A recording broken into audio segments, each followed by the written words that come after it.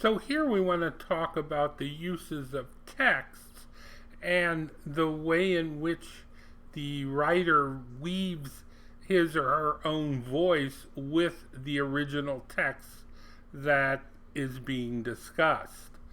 So the writer begins the paragraph, gives a little background. Da Costa was familiar with the Latin translations.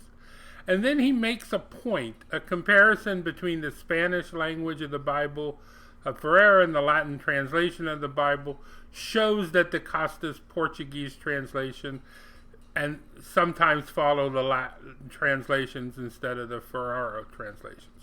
So here he makes a claim about the nature of translation, and then to support that claim, he gives these texts.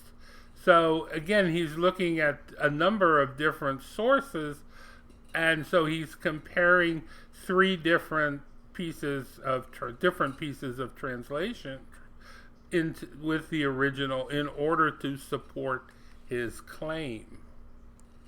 And then down here, again, he's explaining his claim.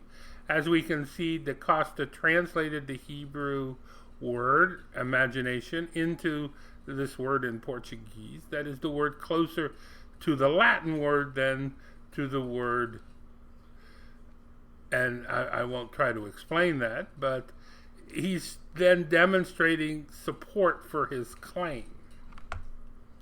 And then in the final piece of his explanation, he then explains his own opinion, the writer's own opinion, as to why the author he's discussing used that translation.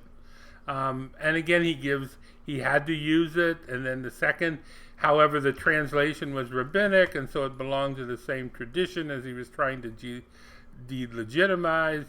And then his opinion, Da Costa's translation, reflects his liminal identity because he could not totally abandon his former New Christian tradition.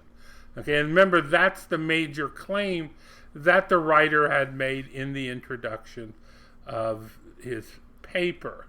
And then the second part of the claim, nor could totally accept the neo-Jewish Sephardic identity alternative implied in the Judeo-Spanish translation. And so that's the second part of his claim about the author, the way in which the author's identity is expressed in this translation. And so again, notice the pattern here that you can use, which is to make a claim, give some evidence from the text, and then explain how that evidence supports or explains the claim that you're making.